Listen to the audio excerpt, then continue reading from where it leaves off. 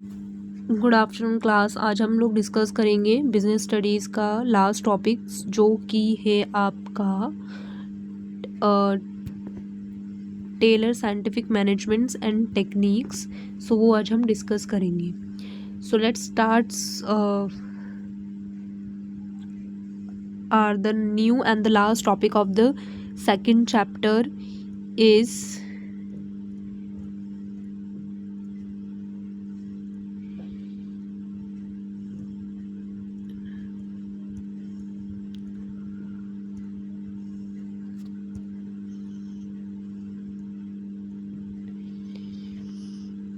Scientific techniques and the Taylor. Scientific techniques of Taylor. Scientific techniques क्या है tailors की, आज उसके बारे में हम थोड़ा सा डिस्कस करेंगे। बेसिकली फंक्शनल फॉर्मेनशिप्स जो एफटी टेलर है वो कहते हैं कि आप अपने ऑर्गेनाइजेशंस को 2 पार्ट्स में डिवाइड कर दो। पहला होता है planning department and the second one is a production department. Planning department and the production department, इनको 2 पार्ट्स में आप अपने ऑर्गेनाइजेशंस को डिवाइड कर दो। ऑल्सो प्लानिंग डिपार्टमेंट में आप अपने 4 बॉस रखो, प्रोडक्शन डिपार्टमेंट में भी आप अपने 4 बॉस रखो। और प्लानिंग डिपार्टमेंट जो है वो प्रोडक्शन डिपार्टमेंट का काम नहीं करेगा, ऐसे ही प्रोडक्शन डिपार्टमेंट प्लानिंग डिपार्टमेंट का काम नहीं करेगा। ये बताया था एफटी टेलर ने। लेकिन अगर आपसे जो है क्वेश्चन पूछा जा सकता है एग्जामिनेशंस में ये कौन से प्रिंसिपल्स का वायलेशन है, तो आपको पता होगा कि हेनरी फ्यूल के एक प्रिंसिपल्स जो है उसका वायलेशन यहाँ पर किया गया है। क्योंकि वहाँ पे क्या बताया गया था कि आपस में एम्प्लॉयज़ को कोई कन्फ्यूजन्स ना रहे कि कौन से बॉस की पहले सुने, तो उसके लिए उन्होंने क्या बोला था कि एक ही बॉस रखिए। हेनरी फ्यूल ने अपने 14 प्रिंसिपल में एक प्रिंसिपल में उन्होंने ये बात करी थी। लेकिन एफटी टेलर जो है वो अपने टेक्निक्स में ये बोल रहे हैं कि आप जो है 2 पार्ट्स में डिवाइड कर दो, पहला प्लानिंग डिपार्टमेंट और दूसरा प्रोडक्शन डिपार्टमेंट। उसके बाद प्लानिंग डिपार्टमेंट में भी 4 बॉस और प्रोडक्शन डिपार्टमेंट में भी आप अपने 4 बॉस बिठाइए। और प्लानिंग डिपार्टमेंट का काम प्रोडक्शन डिपार्टमेंट नहीं करेगा, प्रोडक्शन डिपार्टमेंट का काम प्लानिंग डिपार्टमेंट नहीं करेगा। ये बात की गई है एफटी टेलर ने अपने टेक्निक्स में, ये चीज़ें उन्होंने बताई गई। ठीक है, उसके बाद जो है अब हम डिस्कस कर लेते हैं about planning department. Planning department क्या कहता है? प्लानिंग डिपार्टमेंट में जो पहला डिपार्टमेंट है the root clerk is the basically जो आपको क्या दिखाता है, रास्ता दिखाता है। क्या दिखाता है? रास्ता दिखाता है। आप इसको इस तरीके से समझ लें कि रास्ता दिखाने का काम किसका होगा? रूट क्लर्क का। इंस्ट्रक्शन कार्ड क्लर्क जो होगा वो आपको इंस्ट्रक्शंस देगा कि आपको क्या करना है, किसको क्या करना है। दिस इज कॉल्ड, ये किसका काम होगा? इंस्ट्रक्शन कार्ड क्लर्क का काम होगा कि किसको क्या काम करना है, कैसे करना है। ये कौन आपकी हेल्प करेगा? Instruction card clerk. Time and cost को देखना जो है वो टाइम एंड कॉस्ट क्लर्क का काम होगा कि कोई भी काम जो है वो आपका ऑन टाइम हो रहा है या नहीं हो रहा, कोई भी रिसोर्सेज जो है वो आपके वेस्ट तो नहीं हो रहे। ये काम, ये चीज़ देखने का जो काम होगा वो होगा आपका टाइम एंड कॉस्ट क्लर्क का देखने का काम होगा। उसके बाद डिसिप्लिनियर, मतलब कि हर काम जो है वो एक प्रॉपर डिसिप्लिन में होना चाहिए। ऐसा नहीं है कि जो है आप ऑर्गेनाइजेशंस के इन्वायरमेंट को ख़राब कर दो अपने काम की वजह से, ऐसा नहीं होना चाहिए। ऐसा कुछ नहीं होना चाहिए। ये जो है प्लानिंग डिपार्टमेंट के अंदर आपको 4 जो है बॉस बनाए गए हैं और इन 4 बॉस का जो है ये काम होता है। पहले बॉस का काम होता है रास्ता दिखाना, दूसरे का काम होता है आपको इंस्ट्रक्शन देना, तीसरे का काम होता है टाइम और कॉस्ट देखना, और चौथे का काम होता है कि डिसिप्लिन को देखना कि जितना टारगेट बनाया था, जितने गोल सेट करे थे वो प्रॉपरली अचीव हो रहे हैं या नहीं हो रहे। ये सारी चीज़ें जो है देखने का काम होता है। क्या हर काम प्रॉपर डिसिप्लिन में हो रहा है, ये काम जो है वो किसका होता है? डिसिप्लिनियर, यानी कि डिसिप्लिन का जो बॉस हैं डिसिप्लिन के, उनका ये काम है कि ऑर्गेनाइजेशन के अंदर डिसिप्लिन को देखा जाए, डिसिप्लिन को मेंटेन करा जाए। उसके बाद हम बात करते हैं प्रोडक्शन डिपार्टमेंट की। अगर हम बात करते हैं प्रोडक्शन डिपार्टमेंट की, तो प्रोडक्शन डिपार्टमेंट में भी 4 बॉस आते हैं। पहला होता है गैंग बॉस, दूसरा होता है स्पीड बॉस, तीसरा रिपेयर बॉस और चौथा होता है inspector. Gang boss, speed boss, repair boss and inspector. Gang boss जो होता है वो ये चीज़ें अरेंज करता है, जो रॉ मटेरियल्स होते हैं उनको प्रॉपरली अरेंज करता है। ऐसा नहीं है कि जो है रॉ मटेरियल सामान कहीं और रखा है, एम्प्लॉय जो है वो कहीं किसी और जगह बैठ के काम करना है, और उसके जो मटेरियल हैं जिनकी मदद से वो काम करेगा वो कहीं और है। तो हर चीज़ प्रॉपरली अरेंज हो, सही जगह में हो, ऑर्डर में हो, ये किसका काम होता है? गेंग बॉस का काम होता है। दूसरा जो है स्पीड बॉस। स्पीड बॉस का क्या काम होता है? स्पीड बॉस जो है वो आपकी मदद करता है। किस तरीके से मदद करता है? वेरी इंपॉर्टेंट, कि आप एक ऑर्गेनाइजेशन के अंदर कोई भी काम अगर आप कर रहे हो, ठीक है, in this organisations, and if you want to try to complete your task, तो उसको देखना कि कोई भी काम एक प्रॉपरली एक स्पीड में हो रहा है या नहीं, जितना टाइम दिया है उतने टाइम में हो रहा है या नहीं, ये देखने के लिए भी आपको एक क्या कहते हैं, एक मेथड्स को लगा सकते हो। अलग अलग मेथड्स से आप जो है उस चीज़ को कर सकते हो। इस स्पीड बॉस जो होता है वो उसका क्या काम होता है? ये देखना कि क्या आप काम को ऑन टाइम में कंप्लीट कर रहे हो या नहीं कर रहे हो, जो टाइम आपको दिया गया है उस टाइम में आप कंप्लीट कर रहे हो या नहीं कर रहे हो। कोई ऐसा तो नहीं है कि आप उधर उधर के फालतू के कामों में लगे हुए हो। तो वो जो चीज़ है वो देखना किसका काम होता है? स्पीड बॉस का काम होता है। तीसरा जो है वो है रिपेयर बॉस। रिपेयर बॉस का क्या काम होता है? रिपेयर बॉस का काम ये होता है ये चीज़ देखना कि कोई ऑर्गेनाइजेशंस के अंदर कोई मशीनरी है या कोई भी ऐसा सामान जो कि डैमेज हो चुका है या फिर उसको रिपेयर करना है। तो रिपेयर बॉस का काम होता है कि ऑर्गेनाइजेशंस के अंदर जो भी आपकी मशीनरी वगैरह हैं, अगर वो पुराने हो गए हैं तो उनको नए लेना, अगर वो डैमेज हो गए हैं तो उनके लिए क्या किस तरीके से उनको रिपेयर कराना है। तो ये सारी चीज़ें जो है प्रॉपरली ऑर्गेनाइज करना या प्रॉपरली उस चीज़ को मेंटेन करना, ताकि एम्प्लॉयज़ को किसी तरीके की कोई डिफ़िकल्टीज़ ना हो, वो काम किसका होता है? रिपेयर बॉस का काम होता है। इंस्पेक्टर्स का काम होता है ये देखना कि जो भी ऑर्गेनाइजेशंस जो भी काम दिया गया है क्या वो प्रॉपरली हो रहा है या नहीं हो रहा। ये किसका काम होता है? इंस्पेक्टर का काम होता है कि ये देखना कि जो भी काम आपको दिया गया है क्या आप उस काम को प्रॉपरली कर पा रहे हो या नहीं कर रहे हो। तो ये चीज़ जो होता है वो इंस्पेक्टर का होता है। तो ये दो पार्ट्स को डिवाइड करा था FT टेलर ने, एक तो planning department and operational department. The planning department के 4 बॉस जिनकी रिस्पॉन्सिबिलिटी क्या क्या थी वो मैंने आपके साथ डिस्कस कर दी। इसी तरीके से ऑपरेशनल डिपार्टमेंट के 4 बॉस किस तरीके से ऑर्गेनाइजेशन के अंदर उनका क्या काम है वो भी मैंने आपके साथ डिस्कस कर दिया। आपका जो काम है वो ये है कि स्टेप बाय स्टेप हर एक पॉइंट को याद करते चलें, because each and every point is connected with others point, and it's also बेटे कि अगर आपको पहला टॉपिक नहीं पता चलेगा तो दूसरे टॉपिक में आप अटक सकते हो सकता है आपको केस स्टडीज़ जो है वो भी प्रॉपरली अंडरस्टैंड ना हो। उसके बाद जो है वो है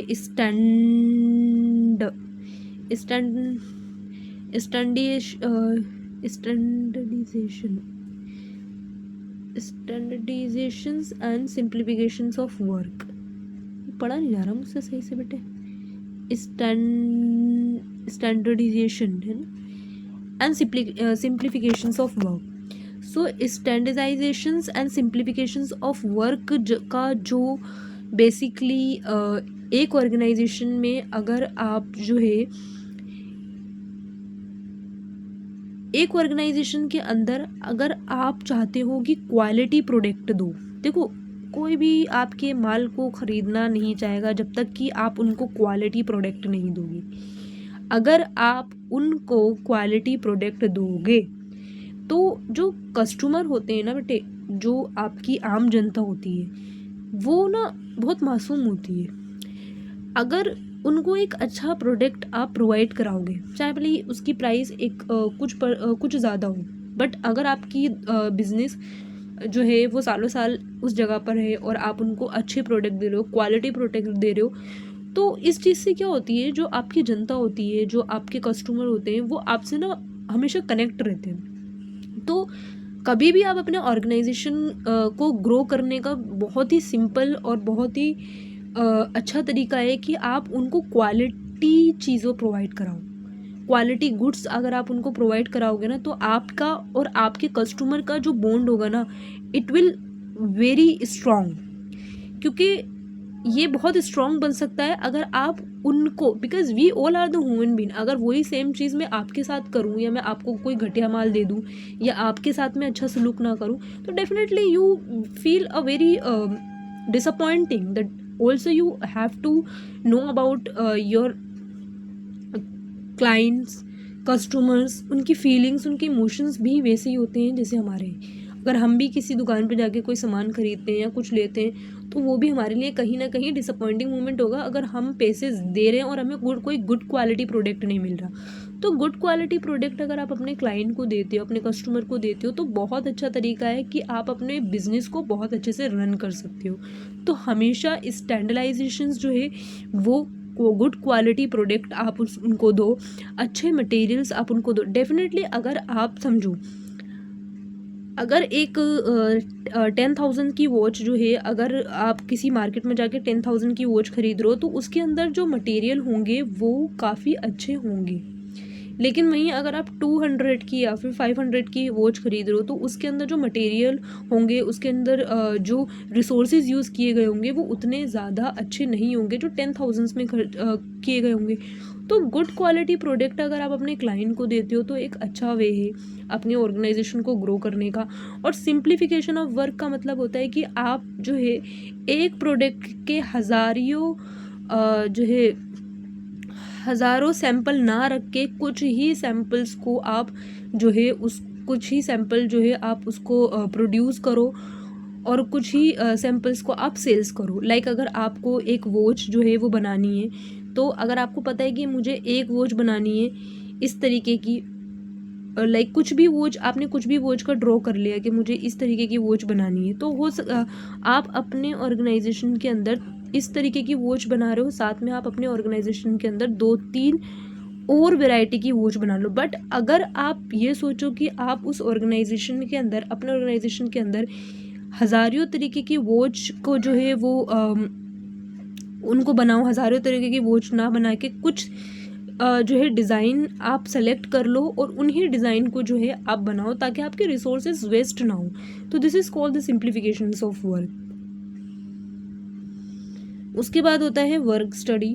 what is a work study? Work studies में आपके method study, time studies, fatigue studies and motions studies आते हैं।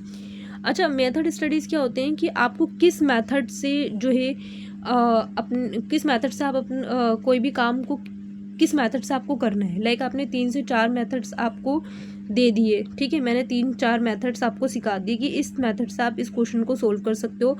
Which one is really good for you? आपको ऐसा लगता है कि इस मेथड को करने से ज़्यादा बेनिफिट हो रहे हैं, इस मेथड को करने से रिसोर्सेज कम हो रहे हैं, तो सारे मेथड्स को आप यूज़ करो। जिस मेथड से आपको लगता है कि इस मेथड से काम जो है ज़्यादा इफेक्टिव हो रहा है, टाइम भी कम लग रहा है और इफ़ेक्टिवनेस भी ज़्यादा आ रही है, तो इस तरीके की ऑर्गेनाइजेशंस को, इस तरीके के काम को, इस तरीके की मेथड को आप यूज़ कर सकते हो।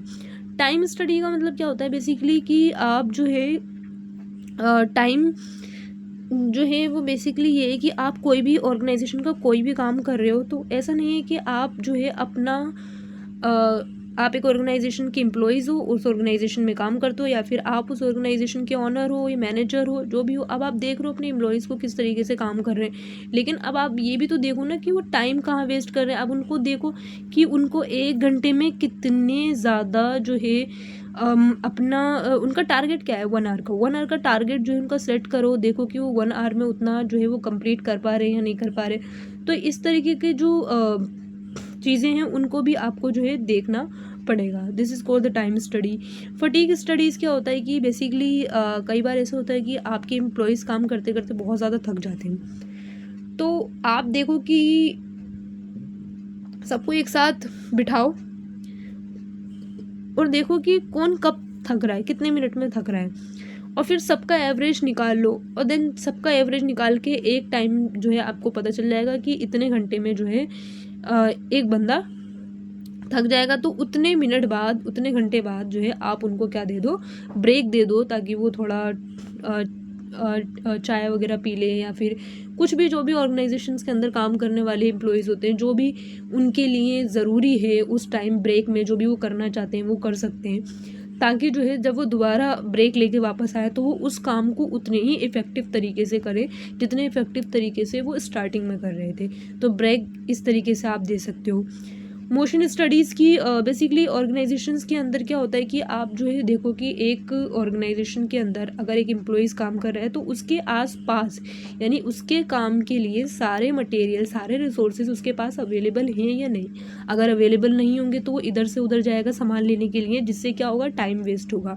तो टाइम वेस्ट ना हो उसके लिए जो है उसके पास सारे रिसोर्सेज, सारे मटेरियल्स, जो भी चीज़ उसको ज़रूरत है उस काम के लिए, वो चीज़ आप उसको अवेलेबल करा दो उसी जगह पर जिस जगह पे वो काम कर रहा है, ताकि वो खड़े होके इधर से उधर ना जाए, टाइम वेस्ट ना हो। इस चीज़ को ध्यान रखने के लिए भी आपको बहुत ज़्यादा इम्पोर्टेंट है। अब आता है लास्ट पॉइंट, पता नहीं लास्ट क्या है, differential pages and wages and rate system.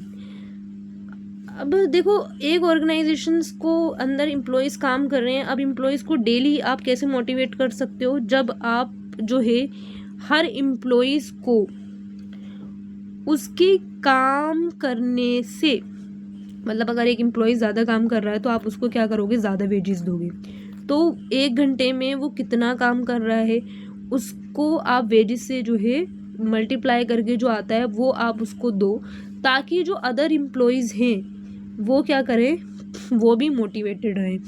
कई बार ऐसा होता है कि ऑर्गेनाइजेशंस के अंदर कुछ एम्प्लॉयज़ बहुत ज़्यादा हार्ड वर्किंग होते हैं और बहुत अच्छे से काम करते हैं, लेकिन कुछ ऐसे एम्प्लॉयज़ होते हैं जो ये कहते हैं कि मतलब तुझे भी उतना ही मिल रहा है जितना मुझे मिल रहा है, जबकि कि तू इतना ज़्यादा हार्ड वर्क करता है, एक ऑर्गेनाइजेशन के अंदर मेहनत करता है, तो तुझे भी उतना ही पैसे मिल रहे हैं और मुझे भी उतने ही मिल रहे हैं, तो क्या फ़ायदा हार्ड वर्किंग करने का। तो इस तरीके से ऑर्गेनाइजेशन जो होगा वो कहीं ना कहीं ग्रो होने की जगह जो है उसकी जो ग्रोथ है वो क्या हो जाएगी, रुक जाएगी। तो उसके लिए आपको क्या करना है, दोनों की ग्रोथ के बारे में सोचना है, बिजनेस की भी और एज वेल एज एम्प्लॉयज़ की भी। तो कैसे कर सकते हो, जब आप एम्प्लॉयज़ को ये बताओ कि आप जो है जितने ज़्यादा काम करोगे, जितना घंटा, यानी कि अगर आप जितने घंटे ज़्यादा आप काम करते हो उतना ज़्यादा जो है अमाउंट आपको पे करा जाएगा according to your the wages.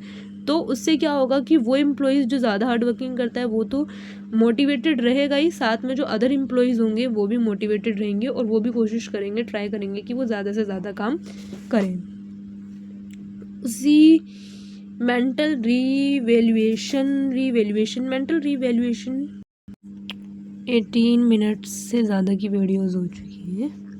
बच्चों को बहुत ज़्यादा ही होता है, अरे 18 मिनट्स वीडियोस हो गई तो कुछ ज़्यादा बड़ी हो गई। चलिए कोई, लास्ट टॉपिक ही है बेटे। मेंटल रिवॉल्यूशंस क्या होता है कि एक ऑर्गेनाइजेशन के अंदर भाई एक है एम्प्लॉयज़ और दूसरा है मैनेजर।